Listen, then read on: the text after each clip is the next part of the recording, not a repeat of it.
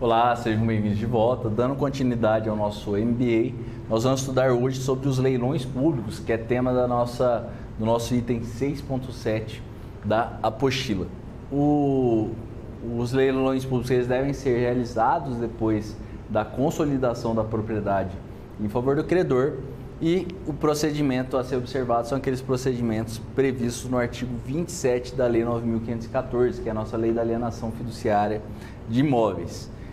A primeira regra é que a alienação fiduciária sempre será realizada por leilão público de forma extrajudicial, ou seja, não será necessário você acionar o judiciário para que haja a alienação desses imóveis. Esses imóveis são vendidos através de leilão público extrajudiciais.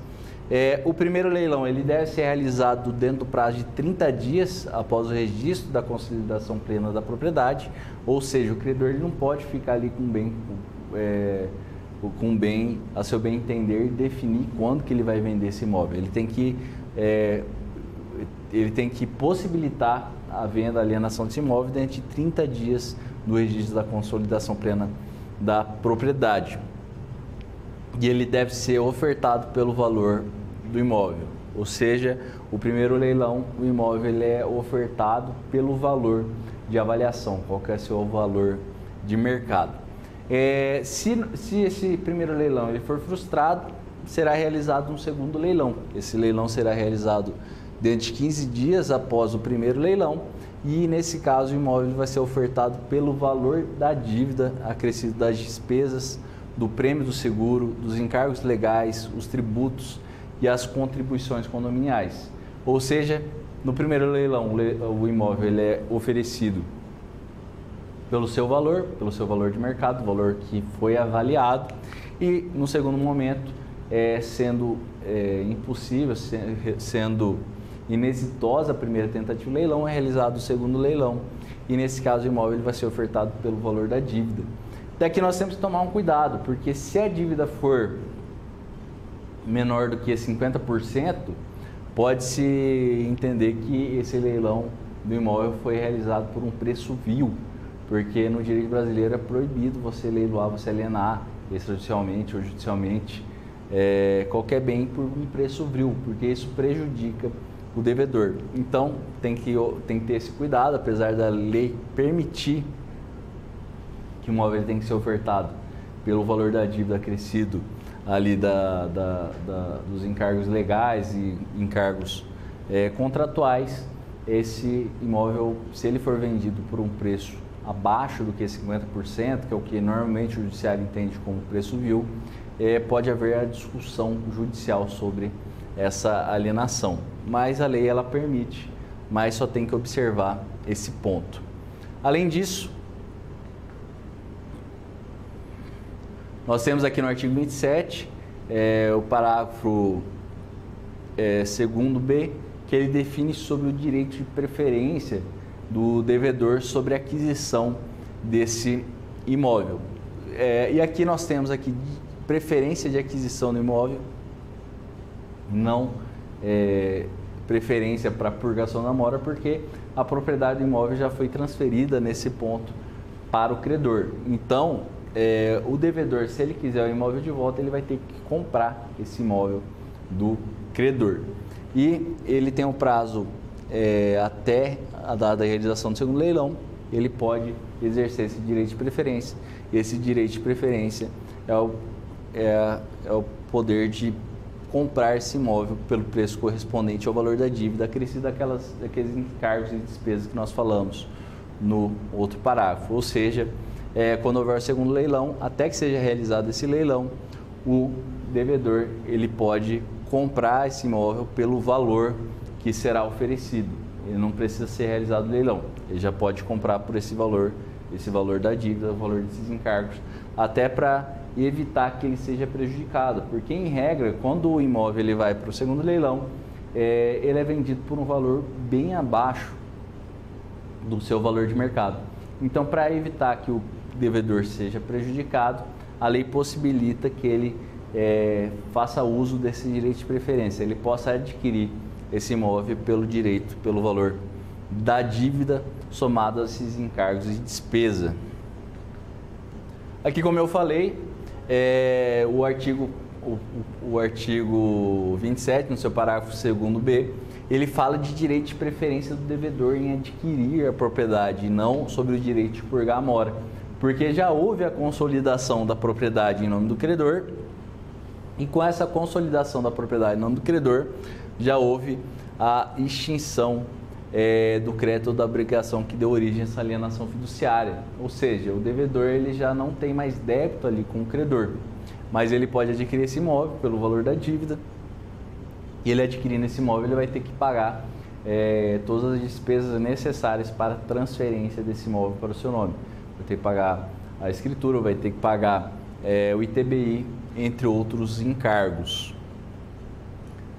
Por causa disso, o nosso parágrafo 2º-A do artigo 27, ele define que o devedor ele deve ser informado das datas, dos horários e dos locais da realização dos leilões, por correspondência dirigida aos endereços constantes no contrato, inclusive ao eletrônico. E isso aqui é para garantir que ele exerça esse direito de preferência. Existem muitos casos em que o leilão, o segundo leilão, ele é anulado porque não houve a intimação do devedor sobre a realização desse leilão. Ele tem que ser intimado para que ele exerça esse direito de preferência. Senão ele pode muito bem, depois da realização desse leilão, ajuizar uma ação solicitando a quitação dessa dívida, solicitando a aquisição da propriedade e informando ali que não recebeu a intimação desse leilão e por isso não pôde exercer o direito de preferência.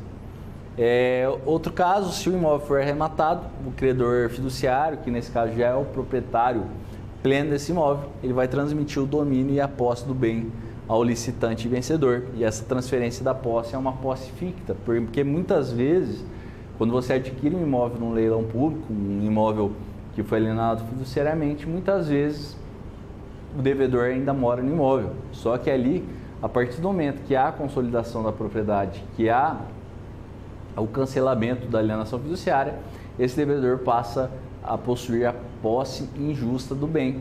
Só que aqui há a transferência da posse para o licitante vencedor, porque o licitante vencedor, para permitir que o licitante vencedor faça uso das ações de proteção à posse, ou seja, ele pode ajuizar uma ação de reintegração de posse, entre outras ações, para retirar o devedor ali do imóvel, e também para receber uma indenização ali pela ocupação indevida desse imóvel. E além disso, o credor, depois da arrematação do imóvel, ele vai ter que disponibilizar ao devedor o termo de quitação da dívida. E aqui nós temos esse dever de disponibilização da quitação da dívida no segundo leilão,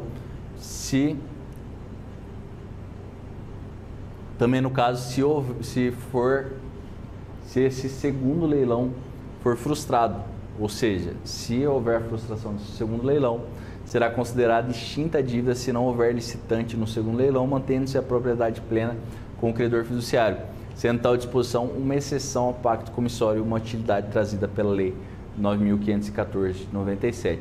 Você lembra que eu falei na outra aula sobre a proibição do pacto comissório, que proibia o credor de ficar com a propriedade do bem? Nesse caso aqui é uma exceção, ou seja, teve o primeiro leilão pelo valor do imóvel, não houve arrematação, não houve nenhum interessado. Houve o segundo leilão pelo valor da dívida acrescida ali dos encargos legais e contratuais. Também não houve a presença de nenhum licitante, não houve a presença de nenhum interessado. Nesse caso, nós podemos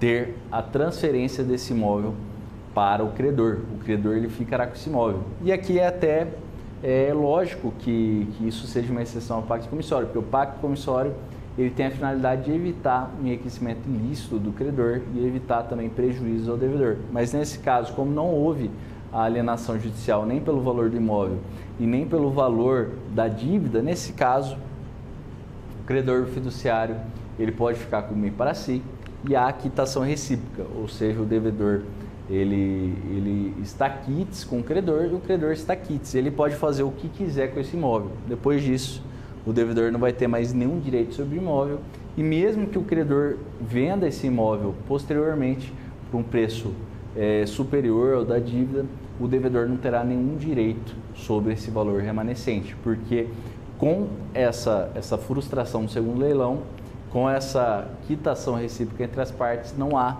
mais discussão sobre a venda, sobre o valor de venda desse imóvel, porque não há mais nenhum direito devedor sobre esse imóvel. As partes já foram, já encerraram ali a sua relação contratual. Pessoal, muito obrigado por hoje, espero vocês na próxima aula. Até mais!